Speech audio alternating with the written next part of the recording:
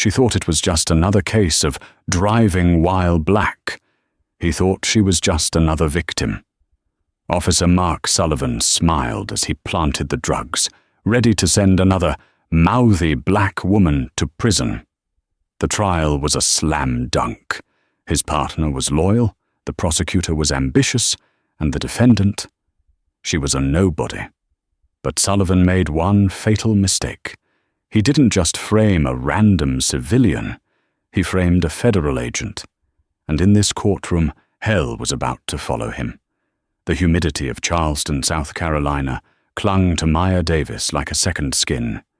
It was 9:14 p.m. on a Tuesday, and the only thing on her mind was her sister's famous peach cobbler. She was on vacation, a real one for the first time in 3 years. Her 10-year-old Toyota Corolla, the same car she'd had since her college days, was decidedly out of place among the Teslas and BMWs of this historic neighborhood. She was borrowing it from her sister, and it smelled faintly of stale Cheerios and crayons.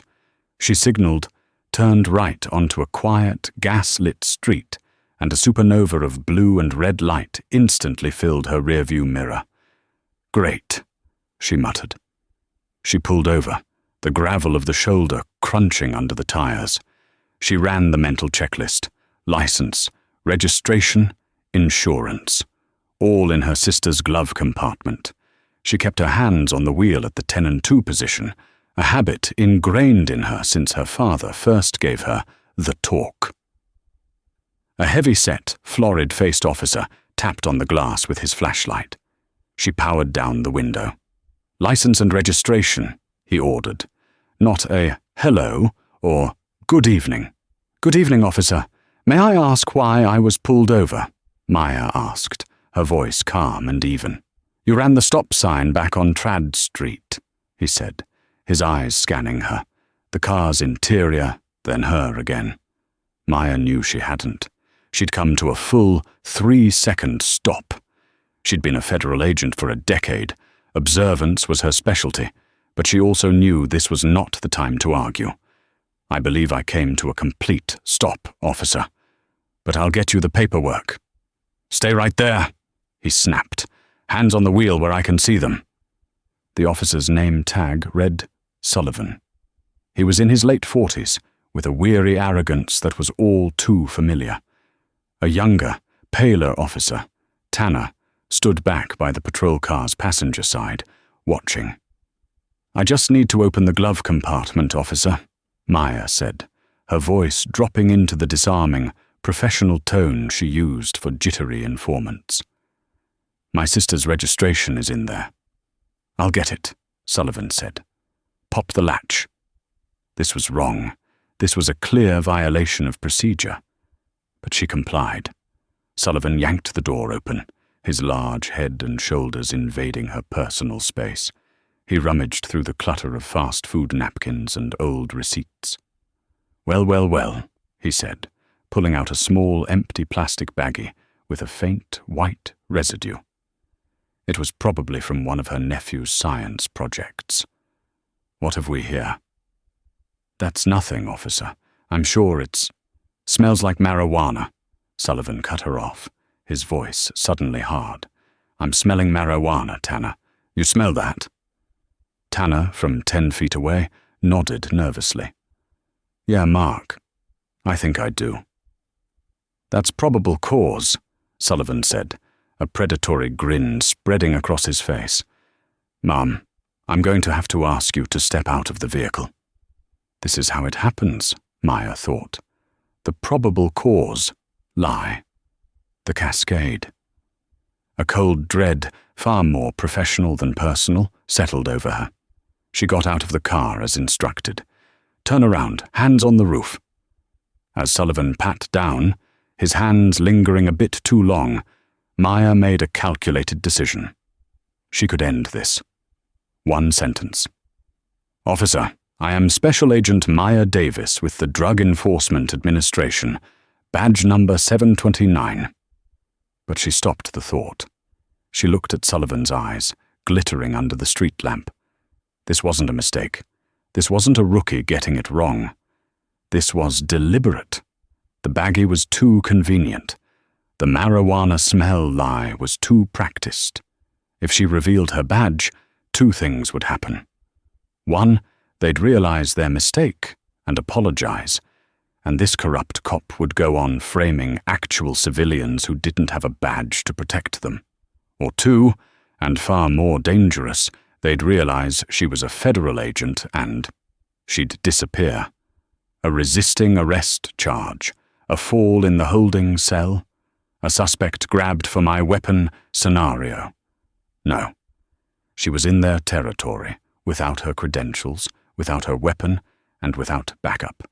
The safest play was to be what they already thought she was, a black woman with no power. "What's in the trunk, Mum?" Sullivan asked. "Groceries," Maya said. "Milk, eggs, and some cereal." "Pop the trunk," he ordered Tanner. Tanner fumbled with the keys, then opened the trunk. Sullivan shined his flashlight inside, past the bag of groceries. He moved the spare tire cover, and then the script played out just as she knew it would. "Bingo," Sullivan said, his voice laced with mock surprise. He pulled out a large, professionally wrapped brick of dark powder. "Tanner, cuff her. We've got ourselves a big-time mule." Maya didn't resist. She didn't protest. She just watched as Officer Tanner, his hands shaking slightly, fumbled with the handcuffs. He wouldn't meet her eyes. "You have the right to remain silent," Sullivan began, reciting the words with the boredom of a man ordering a coffee. Maya Davis said nothing. She let the cold metal click around her wrists. She let them push her into the back of the patrol car. As they pulled away, she stared at the brick of heroin sitting on the trunk of her sister's Corolla. It was a high-grade, vacuum-sealed kilo. Not the kind of thing two beat cops just find. It was the kind of thing they plant. "You're going away for a long time, sweetheart," Sullivan said from the front seat, looking at her in the rearview mirror. Maya just met his gaze, her expression unreadable. "We'll see," she said. The next 72 hours were a masterclass in humiliation. The booking process at the Charleston County Jail was designed to strip you of identity. Maya Davis, who had coordinated billion-dollar drug bust operations and stared down cartel enforcers, was now inmate 4491B. They took her fingerprints, her mug shot. They took her clothes and gave her a faded, stiff orange jumpsuit. The guards treated her with a bored assembly line contempt. The other women in the holding cell sized her up. She was fresh meat, but her absolute, unnerving stillness made them keep their distance. She didn't cry. She didn't panic. She observed. Her arraignment was a cattle call. She was one of 30 people in matching jumpsuits shuffled before a magistrate. "Maya Davis," the judge said, reading from the report. "Trafficking, level 3, heroin, over 28 grams. That's a 25-year mandatory minimum." He looked at the prosecutor. "The state's recommendation on bail?" The young, ambitious assistant district attorney, Robert Miller, stood. He was all sharp angles and a crisp suit. "Your Honor, given the quantity of narcotics and the defendant being an out-of-state resident, she is an extreme flight risk. The state requests bail be denied. This woman was caught red-handed, poisoning our community." "Ms. Davis, do you have counsel?" the magistrate asked. "I request a public defender," Maya said, her voice echoing slightly in the small courtroom. The magistrate sighed. "Bail is set at $1,000 cash." Next case. $1 million. They might as well have said $1 billion. Back in the holding pen, she finally met her court-appointed lawyer, Sarah Jenkins. Sarah looked exactly how Maya felt, exhausted. She had a stack of files an inch thick, and her coffee-stained blouse looked like it had been slept in. "Maya Davis," Sarah said, not looking up from the file. "Okay. Trafficking a kilo. 2 decorated cops, Sullivan and Tanner, as witnesses. They say you were erratic, smelled of weed, and they found it in the trunk. The ADA is Robert Miller, which means he's looking to make an example of you for his next political campaign." She finally looked up at Maya. "The plea offer is 18 years, eligible for parole in 12. It's a bad deal, but it's better than 25. They want your supplier." "I don't have a supplier," Maya said. Sarah let out a humorless laugh. "Right. Look, I've got 12 other cases today. If you're not going to take the deal, just tell me. I was framed isn't a defense. It's a fairy tale. They have the drugs. They have you in the car. It's over." Maya leaned forward. The intensity in her eyes made Sarah flinch. "I'm not taking the deal," Maya said, her voice low and sharp, "and I don't care about the 12 years. I want you to file a motion for discovery, but I don't just want the police report. I want everything." Sarah raised an eyebrow. "Everything?" "I want dash cam footage from units 301 and 302, that's Sullivan's and Tanner's car. I want their body cam footage. I want the complete, unedited audio files. I want the log for the stop sign at Trad and Meeting Street.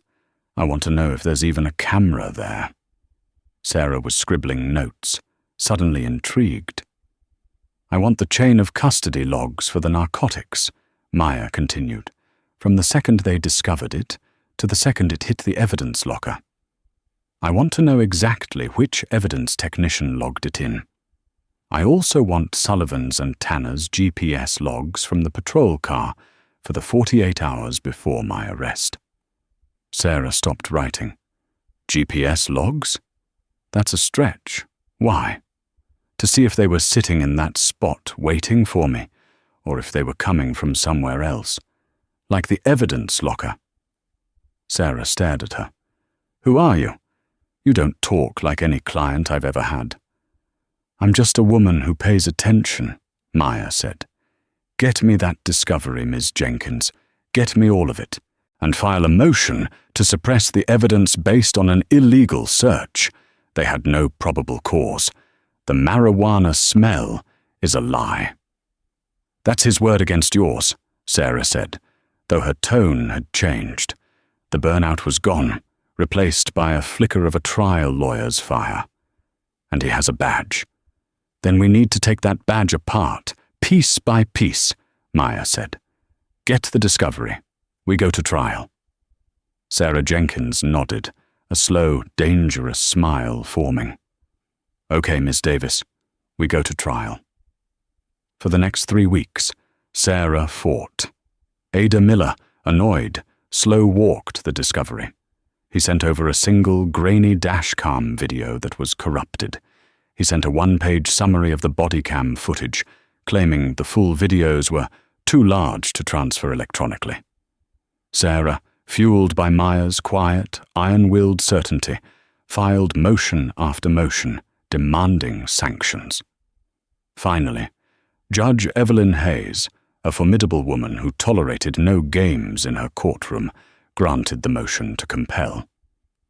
The day the files arrived, Sarah locked herself in her office. She watched the body cam footage. Sullivan's camera was, as predicted, malfunctioning. It was just a black screen with fuzzy audio, but Tanner's was on. She watched the stop. She heard Maya's calm voice. She heard Sullivan's aggression. And then, for 2 crucial minutes, the 2 minutes where Sullivan was at Maya's driver's side window, smelling the marijuana, Tanner's audio cut out. A technical glitch. When it came back on, Maya was being ordered out of the car. "Son of a bitch," Sarah whispered. She looked at the chain of custody log for the heroin. It was logged by Officer Sullivan himself at 11:32 p.m., 2 hours after the arrest. The evidence tech who received it. A rookie named James Peterson. Sarah dug deeper. She pulled Sullivan's arrest record for the last 3 years. A pattern emerged. Dozens of arrests, all with malfunctioning body cams, all with last-minute, plain smell additions to his reports, all with defendants who took plea deals. He'd been doing this for years. He was a professional predator. But this time, Sarah thought, he hadn't arrested a civilian. He'd arrested a enigma. And Sarah was finally starting to feel like she had a fighting chance. The trial began on a crisp November morning. The courtroom of Judge Evelyn Hayes was cold, the wood dark, the atmosphere heavy. Ada Robert Miller was preening for the local news cameras in the gallery. Maya Davis sat at the defense table, wearing an ill-fitting suit Sarah had bought from a thrift store. She looked small, unassuming, perfect. Miller's opening statement was pure theater. "She came to our beautiful city not to see the sights," he thundered, pointing at Maya, "but to poison our children, to peddle death from the trunk of her car. And she would have gotten away with it, if not for the brave, proactive police work of two of Charleston's finest, Officer Mark Sullivan and Officer Chris Tanner." Sarah's opening was the opposite. She walked calmly to the jury. "This is not a case about drug trafficking," she said, her voice quiet but carrying. "This is a case about a broken system.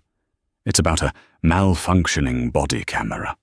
It's about technical glitches in audio files. It's about a story that sounds just a little too perfect. The evidence will show that Maya Davis is not a drug dealer. She is a victim. And the person who victimized her is the same person the state is calling its star witness." The first witness was Officer Mark Sullivan. He strode to the stand, the picture of confidence. He was in his dress blues, his badge gleaming. He smiled at the jury. Miller lobbed him softballs. "Officer Sullivan, how long have you been on the force?" 19 years, sir. Served this city my entire adult life." "And in those 19 years, have you received any commendations?" "A few, sir.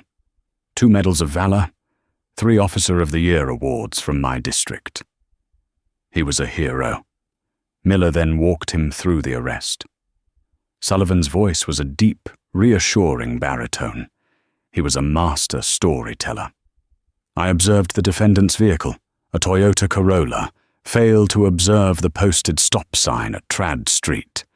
I initiated a lawful traffic stop. When I approached the vehicle, I was immediately struck by the overwhelming odor of raw, unburnt marijuana." "What did you do then?" Miller asked. "Based on my training and experience, that odor gives me probable cause to search the vehicle. I asked the defendant to step out. My partner, Officer Tanner, began the search while I monitored the defendant. He discovered a false bottom in the spare tire well, and beneath it, this." Miller dramatically produced the evidence bag containing the kilo of heroin. A collective gasp went through the gallery. "This is a weapon of mass destruction, officer," Miller said. "And you took it off our streets. Thank you. No further questions?" Judge Hayes looked at Sarah. "Ms. Jenkins, your witness." Sarah stood, carrying only a single piece of paper. "Good morning, Officer Sullivan. 19 years is a long time. You must have made hundreds, maybe thousands of traffic stops." "That's right, Ma'am." "And you remember this specific one on October 2nd with perfect clarity?" "I do," Sullivan said, his smile unwavering. "It's not every day you get a kilo of heroin off the street." "You testified that you were immediately struck by the overwhelming odor of marijuana. Is that correct?" "Yes, ma'am. It was powerful." "That's strange," Sarah said, "because when my client's car was impounded, it was searched again, top to bottom, by the forensic team. They found no traces of marijuana. No pipes, no bongs, no shake, no roaches, nothing. How do you explain that?" Sullivan didn't blink. She probably smoked it all, or maybe it was just the smell on her. Drug users, traffickers, they reek of it. "But you didn't see any marijuana?" "I didn't need to. I smelled it. That's all the law requires." "I see. Let's talk about your body-worn camera, officer. The footage you submitted was black, Your report says it malfunctioned due to a low battery. That's correct. It's a common issue with that model. We've filed complaints. A common issue, Sarah repeated. I subpoenaed your service records, officer. In the last 18 months, you have filed 47 arrest reports, and in 32 of them, your body camera malfunctioned.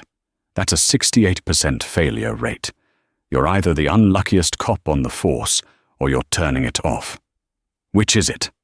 Miller shot to his feet. Objection. Relevance? This is badgering. It goes directly to the witness's credibility, Your Honor, Sarah snapped back. It's a pattern of behavior. I'll allow it, Judge Hayes said, her eyes fixed on Sullivan. Answer the question, officer. Sullivan's smile was gone. I am a proactive police officer, ma'am. I'm in the thick of it. My camera takes a beating. It fails. It happens. It happens 68% of the time. Convenient. Let's talk about the drugs you did find. This kilo of heroin. Sarah walked over to the evidence table. Your report states you found it at 9:14 p.m., but the chain of custody log, which I have here, shows you didn't log it into the Charleston Police Department evidence locker until 11:32 p.m. That's a 2-hour and 18-minute gap. Where was this brick of heroin for over 2 hours, officer? Sullivan's composure finally cracked. A bead of sweat traced a line down his temple. The arrest process takes time, he said. There's paperwork. We have to transport the suspect. You transported the suspect directly to the booking station, which is in the same building as the evidence locker, Sarah countered, her voice rising. I've spoken to the booking sergeant. He said you and Officer Tanner didn't arrive with Ms. Davis until 11:15 p.m. That still leaves 2 hours. So I'll ask you again, Officer Sullivan, under oath. Where were the drugs? It was in the trunk of my patrol car. Secured. Secured? Or was it being photographed? Was it being weighed? Were you perhaps celebrating? Sarah let the question hang. Objection, Miller yelled. Speculation. Counsel is testifying. Sustained, Judge Hayes said. Ms. Jenkins, move on. But you're walking a very fine line. I have just one more line of questioning, Your Honor, Sarah said. She turned back to Sullivan, who was now visibly furious. Officer, you testified this stop was on Trad Street. Your patrol car's GPS log, which didn't malfunction, tells a different story. It shows that for the 45 minutes before the traffic stop, your car was parked in the back parking lot of the Charleston Police Department, specifically right outside the rear door of the evidence locker. The color drained from Sullivan's face. Miller was on his feet, but no sound came out. You weren't on patrol, officer, Sarah said, her voice dropping to a near whisper. You were picking up a package, and when you saw Ms. Davis, a black woman, in an old car in a rich neighborhood, you decided she was the perfect delivery girl. Isn't that the truth? That's a lie, Sullivan roared. I'm a decorated cop. I won't be slandered by some public defender and her drug-dealing client. No further questions, Sarah said, returning to her seat. The prosecution's case was in shambles, and Robert Miller knew it. He looked like a man who had just swallowed a wasp. But he had one more witness, Officer Chris Tanner. Tanner was 24 years old. This was his first year on the job. He still had the aw shucks look of a kid playing dress-up. As he walked to the stand, he refused to look at his partner, Sullivan, who was sitting in the front row of the gallery, staring daggers at him. Miller handled him gently. Officer Tanner, just tell the jury what you saw. Tanner's voice was a reedy, nervous squeak. I was at the patrol car, providing backup. Officer Sullivan, he initiated the stop. He's the senior officer. And did you also smell marijuana? Miller asked, almost pleading. Tanner swallowed. He glanced at Sullivan. Mark, Officer Sullivan. He said he did. He has more experience with narcotics. So yes, I deferred to his judgment. But did you smell it? I believe so, yes. And did you witness the search? Yes, sir. I searched the passenger compartment. It was clean. And the trunk? Officer Sullivan conducted the trunk search, Tanner said quickly. He found the package, the heroin. And you cuffed the defendant. Did she resist? No, sir. She was very calm. Miller, sensing he was getting nothing more, said, Thank you, officer. No further questions. It was Sarah's turn. She approached Tanner not like a shark, but like a confessor. Her voice was gentle. Officer Tanner, this is your first big trial, isn't it? Yes, ma'am. You're nervous. I get it. It's a lot of pressure, especially with your partner, a 19-year veteran, watching you. Is it hard being the junior partner? Objection, relevance, Miller said weakly. It's a yes or no question, Your Honor. It speaks to the witness's state of mind, Sarah offered. Overruled. Answer, officer, said Judge Hayes. Sometimes, Tanner mumbled. He knows everything. And he teaches you, right? Teaches you how things are done? Yes, ma'am. Did he teach you about malfunctioning body cameras? Tanner's face went white. I don't. Let's talk about your camera, officer. Because yours worked. Mostly. The video was fine. But the audio, it cut out for exactly 2 minutes and 12 seconds, right when Officer Sullivan was at the window, smelling the marijuana. Can you explain that? Technical glitch, ma'am. It happens, like Officer Sullivan said. It happens, Sarah interrupted, at the exact same time, on both your devices. That's quite a coincidence. Officer Tanner, let me play something for you. Sarah signaled to the clerk. A large TV monitor flickered to life. It was the dash cam footage from Sullivan's car. The audio was clear.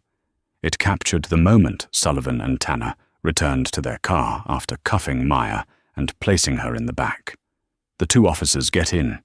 Sullivan is breathing hard, amped up. Sullivan, on audio. That'll teach the mouthy bitch. Perfect. Tanner, on audio. Mark, I don't know, man. That wasn't the car. The CI said a blue Corolla. That one's grey. Sullivan, on audio. Who gives a damn? A roller is a roller. She's a no-tell. No one's gonna miss her. This brick is off our hands. We find it on her. The boss is happy, and we get our cut. Everybody wins. Tanner, on audio. But the camera. Sullivan, on audio. The cameras are malfunctioning, just like I taught you. Now stick to the story. You smelled it. I found it. Easy day. The audio clicked off. The courtroom was so quiet, you could hear the ventilation system hum. Robert Miller was slumped over the prosecution table, his head in his hands. Sarah walked back to the witness stand. Officer Tanner was no longer pale. He was a bright, weeping red. Tears were streaming down his face. Officer Tanner, Sarah said, her voice still gentle. That was a recording from before you and Officer Sullivan officially logged your body cam glitches. This was from the car's primary dash cam, the one you forgot about. Tanner let out a choked sob. Was that the boss you were referring to, a drug dealer, officer? Objection! Miller screamed, finding his voice. Or was it your superior officer? Sarah pressed, ignoring him. Officer Tanner, you are sitting in a federal courtroom, under oath, and you have just been implicated in a conspiracy to frame a civilian, tamper with evidence, and file a false police report. Your partner has already lied, under oath, multiple times. He has set you up to take this fall with him. She paused, letting the weight of it land. This, she said, is your one chance to save yourself. Tell the jury. Tell Judge Hayes. What really happened on October 2nd? Tanner looked at Sullivan. Sullivan's face was a mask of pure, murderous rage. He mouthed a single word. Don't. Tanner turned back to Sarah. He was hyperventilating. He made me do it. Tanner exploded, the words tumbling out in a torrent of spittle and tears. It wasn't. We didn't smell anything. There was no marijuana. It was a plant. It was all a plant. What was a plant, officer? Sarah asked. The drugs, the heroin. It's from the evidence locker. Sullivan, he has a key. He's been doing it for years. He takes a piece, or a whole brick, and loses it from the log.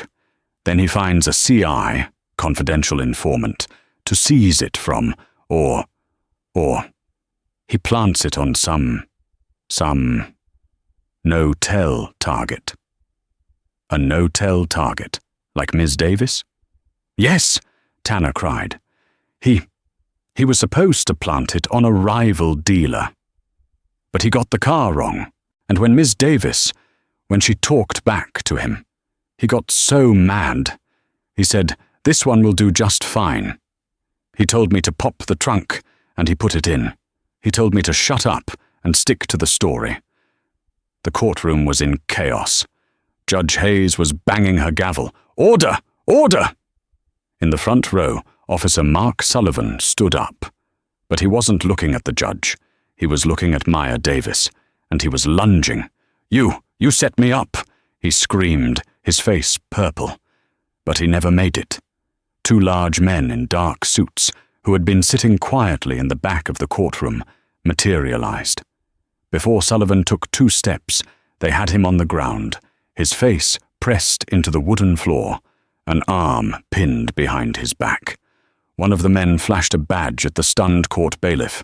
"U.S. Marshals, he's in federal custody now."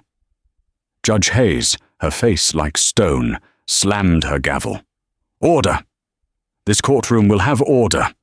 Bailiff, remove the jury. Mr. Miller, approach the bench. Ms. Jenkins, you too. And U.S. Marshals, you will explain why you are in my courtroom." The gallery was cleared. The jury was hustled out. The only people left were the judge, the lawyers, Maya, the marshals, and the 2 cops, Sullivan, now cuffed and held by a marshal, and Tanner, who was just a puddle of misery on the witness stand. "Your Honor," the lead marshal said, "we've been monitoring this case at the request of the Department of Justice." ADA Robert Miller's head snapped up. "The DOJ? Why?" "Mr. Miller, you might want to sit down," Sarah Jenkins said, a small, tight smile on her face. "Ms. Jenkins," Judge Hayes said, her voice dangerously low. "You knew about this. You knew this dashcam audio existed. This entire thing, it feels like a setup." "It is not, Your Honor," Sarah said. "It's what we call allowing the defendant to perjure himself." Officer Sullivan was given every opportunity to tell the truth. He chose to lie. Officer Tanner, he chose to confess.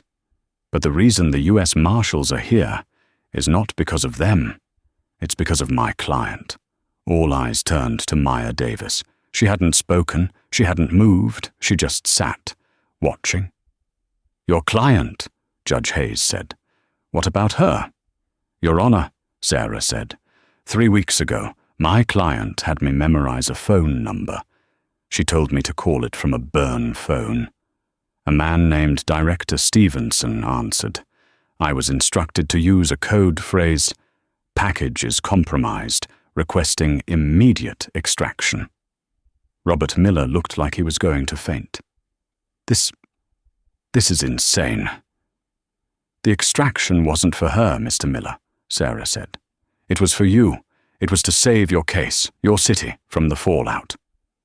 "Ms. Jenkins," Judge Hayes demanded, "who is your client?" Maya Davis finally stood. She was no longer the small, unassuming woman in the thrift store suit. Her posture changed, her shoulders straightened. The humility was gone, replaced by an aura of absolute cold authority. She looked at Robert Miller. "You charged me with trafficking 28 grams of heroin." She looked at Sullivan. "You planted a kilo of evidence locker dope in my sister's car." She looked at the judge. "Your Honor, I apologize for the deception." She reached into the waistband of her suit skirt. The marshals tensed, but the lead one just nodded. Maya pulled out a small, leather-bound wallet. She flipped it open. "Special Agent Maya Davis," she said, her voice ringing with command.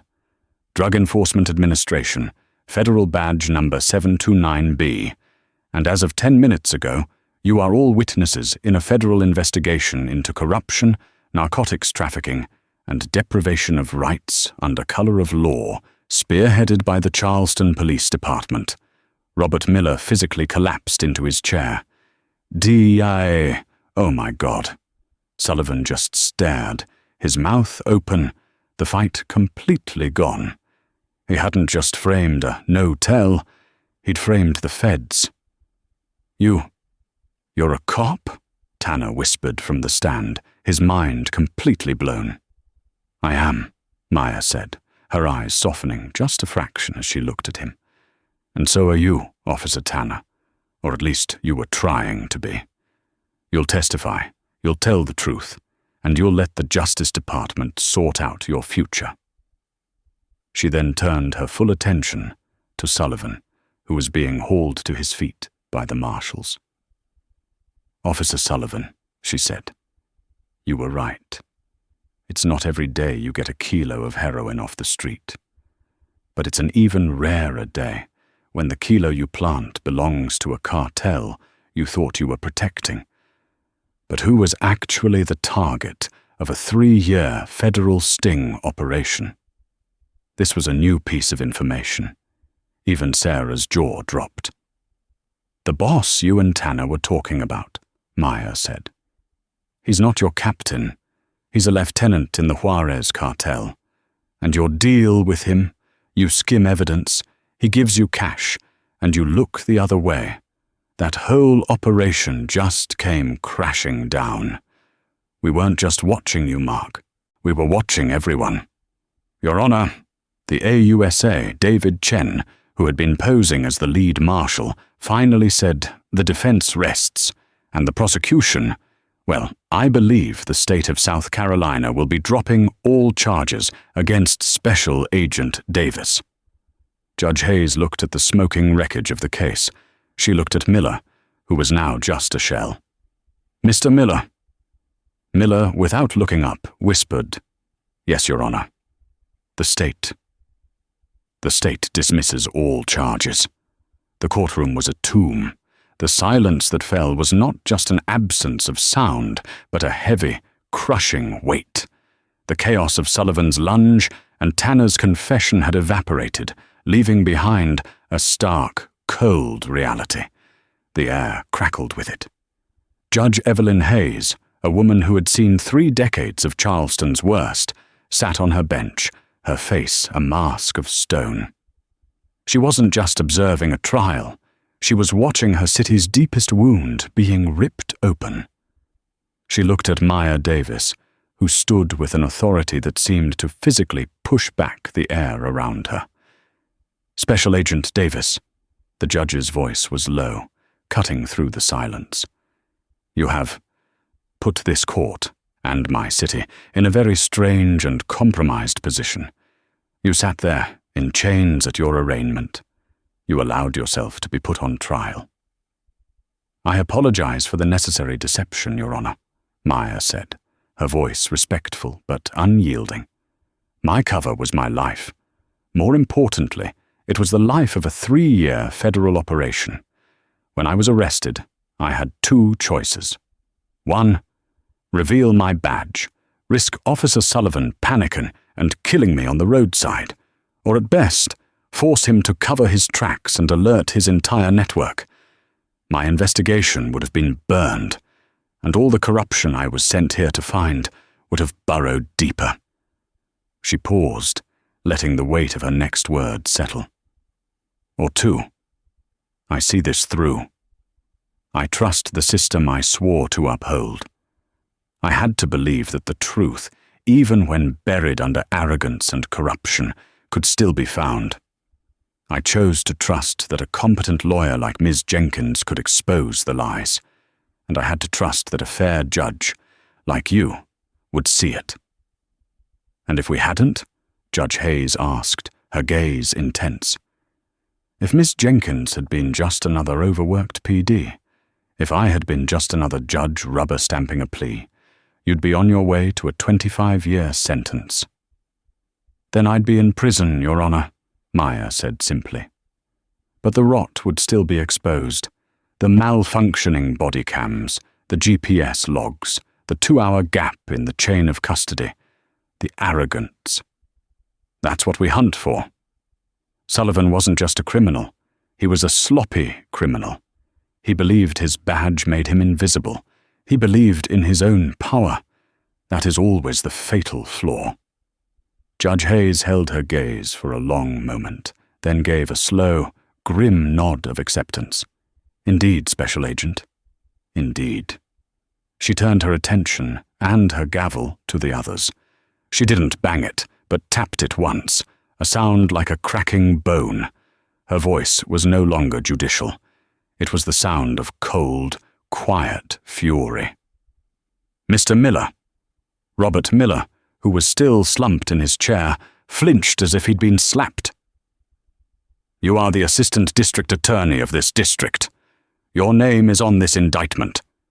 You stood in my courtroom and, with all the righteous thunder you could muster, you pointed at an innocent woman, a federal officer, and called her poison. Did you ever for 1 second question the evidence? Your Honor, the evidence was compelling. Miller stammered. The evidence was too compelling, Mr. Miller. It was gift-wrapped, Judge Hayes snapped. A 68% body cam failure rate for your star witness. A 2-hour gap in the chain of custody for a kilo of heroin. You didn't see these as red flags? Or did you just see them as inconveniences? You saw a no-tell black woman with a public defender, and you saw a quick, easy, career-building win. You didn't just fail at your job, sir. You refused to do it. You are guilty of the most dangerous sin in our system, willful blindness. You failed this city. You failed your office. And you failed the very concept of justice you are sworn to pursue. Miller was crimson. Your Honor, Silence, she boomed. You will be the subject of an immediate, and I mean this afternoon, investigation by the State Bar. I will be filing the complaint myself. You are suspended from all duties in my courtroom, effective immediately. Your career in this city, Mr. Miller, is over. Now get out. Miller, a man whose ambition had been his entire personality, looked like a hollowed-out shell. He didn't even pack his briefcase. He just stood, turned, and stumbled out of the courtroom, a broken man. Next, Judge Hayes turned her gaze to the witness stand, where Chris Tanner was a weeping, quivering mass. Officer Tanner. He flinched, a small sound escaping him. Your Honor. You are a disgrace, she said, her voice flat and cold. You are a coward. You took an oath. You swore to protect and serve. And you broke that oath the second it became inconvenient. You stood by, with a gun on your hip and a badge on your chest, while your partner, a common criminal, framed an innocent woman. You lied on a police report. You were prepared to lie on this stand. He made me, Tanner wailed. I was scared. Your confession here today, Judge Hayes cut him off, was not an act of conscience. It was an act of pure, terrified self-preservation. You are not sorry for what you did. You are sorry you got caught. You are, however, she said, the words tasting like ash in her mouth, a cooperating witness. And for that reason, and that reason alone, I am releasing you on your own recognizance, directly into the custody of the U.S. Marshals. You will tell them everything. You will cooperate fully, completely, and without reservation with the federal investigation, or I will personally see to it that you are charged with every single crime you have just confessed to. Do you understand me, Mr. Tanner?" "Yes, Your Honor," Tanner sobbed. "Anything, I'll do anything. Thank you." "Do not thank me," the judge said with disgust. "Take him out." A marshal, who did not bother to be gentle, hauled Tanner from the stand and led him out a side door, his sobs echoing. Finally, there was only one left. Judge Hayes turned to the man still held by the marshals, his dress blue uniform now a symbol of mockery. Mark Sullivan. He had stopped struggling. He was just empty, defeated. He had built his world on a foundation of lies, and it had all just collapsed. "And you," she said. Her voice was no longer loud. It was a venomous whisper that carried to every corner of the room. "Mr. Sullivan, for 19 years you have worn a uniform that brave men and women have died for, and you used it as a costume. You used it as a shield to terrorize, to steal, to frame, and to profit. You used the color of law to break the law. You are the disease that men like Mr. Miller ignore, and men like Mr. Tanner fear. You are the rot that I and others in this building have worked our entire lives to cut out." She leaned forward. "You are charged with perjury. You are charged with conspiracy to distribute. You are charged with narcotics trafficking. You are charged with deprivation of rights under color of law. And that is just what I can see from this bench. The Federals," she nodded at Maya, "will have their own list. A list that, I am given to understand, is very, very long." The judge picked up the original police report from her desk. "You wrote here, 'Suspect was mouthy, a no-tell.' You thought Miss Davis was a no-tell. Someone no one would miss. Someone no one would believe. You built your career on finding no-tells, didn't you, Mr. Sullivan? How many others are there? How many lives are ruined, sitting in cells right now, because you decided they were no-tells?" She threw the report down. "I promise you, Mr. Sullivan, everyone will be watching you fall. You will not be a no-tell. You will be an example." She turned to the marshals. "Get this filth out of my courtroom." As Sullivan was dragged out, his body limp, he looked at Maya one last time. His eyes were wide with a profound, stupid, and total confusion. "You," he whispered, "you could have just told me. At the stop, you could have just told me you were DEA." Maya Davis met his gaze, her face calm, her voice clear. "And let you get away with it? I'm not a cop like you, Sullivan. I don't make deals with criminals. I hunt them." The doors of the courtroom slammed shut. The fallout was not a shockwave. It was a nuclear detonation, and the trial of Special Agent Maya Davis was merely the trigger. The days and weeks that followed saw the hard, cold, and relentless fall of karma on every player involved. Mark Sullivan's new trial, his real trial, was swift and brutal.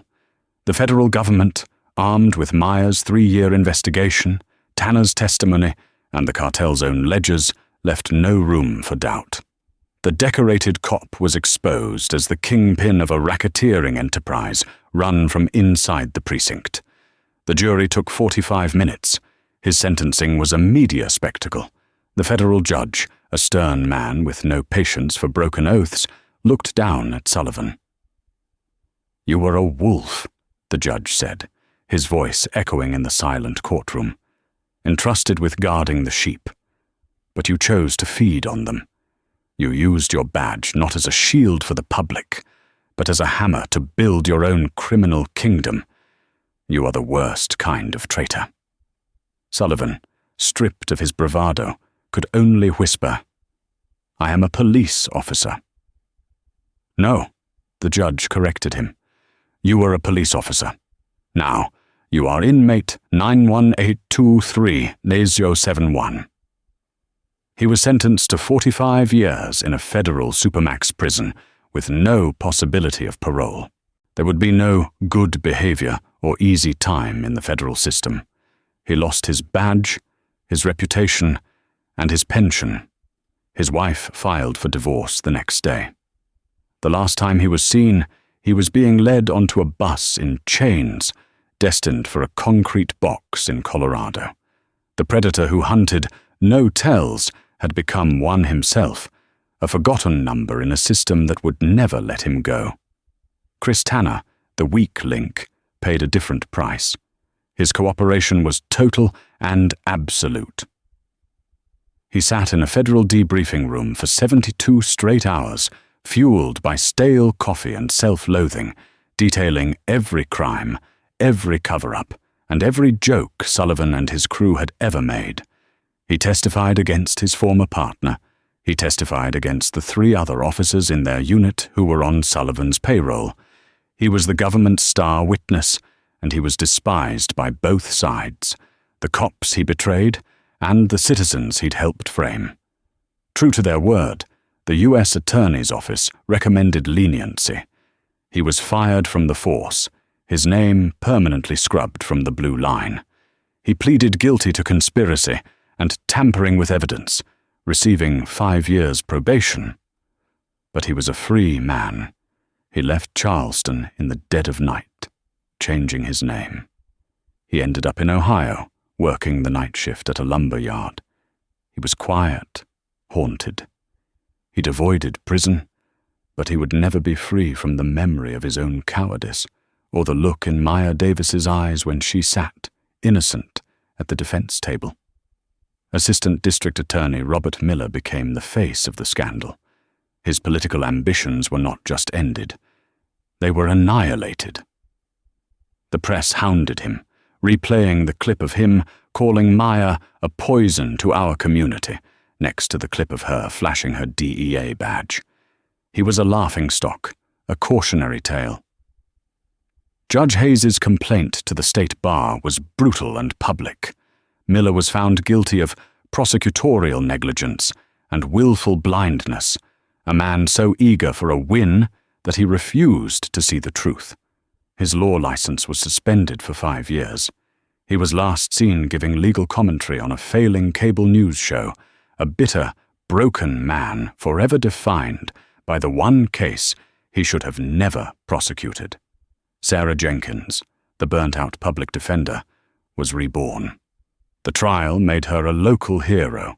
Donations poured in from citizens horrified by what had happened. She turned down 6-figure offers from corporate law firms and instead, with the city's grudging support, transformed her office. The Jenkins Project was born, a non-profit legal fund dedicated to one mission, reinvestigating every single pattern arrest made by Sullivan and his crew. Her first case was a man named Anthony Green, who Sullivan had arrested 5 years prior for drug possession. The evidence, a malfunctioning body cam, and the overwhelming odor of marijuana. Sarah, armed with her new team and reputation, had the conviction overturned in a single hearing. She had found her fire. And Special Agent Maya Davis? Her work was just beginning. She was promoted to Special Agent in charge of the Charleston Regional Office, a move that sent a clear message to the city.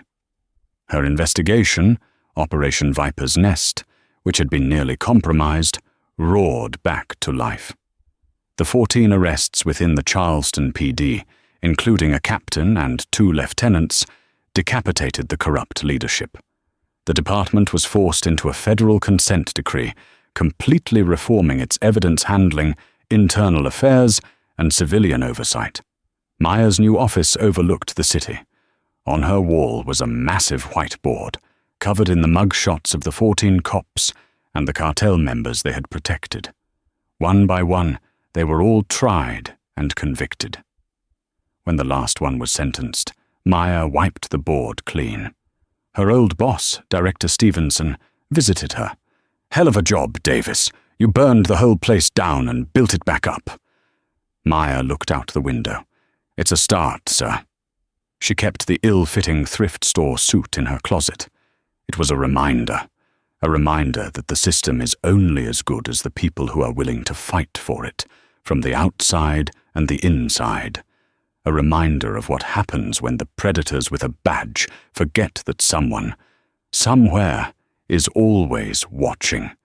And that's how the gavel of justice finally fell. The body cam that malfunctioned, the partner who couldn't recall, and the prosecutor who just wanted a win.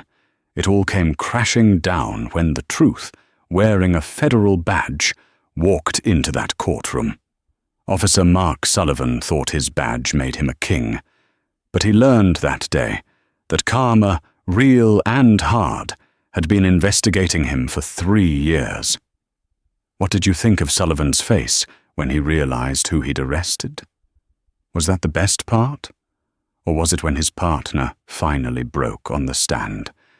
Let me know your favorite moment of justice in the comments below. If you love stories where the powerful get exactly what they deserve, and you want to see more hard-hitting drama, please do me a huge favor. Hit that like button.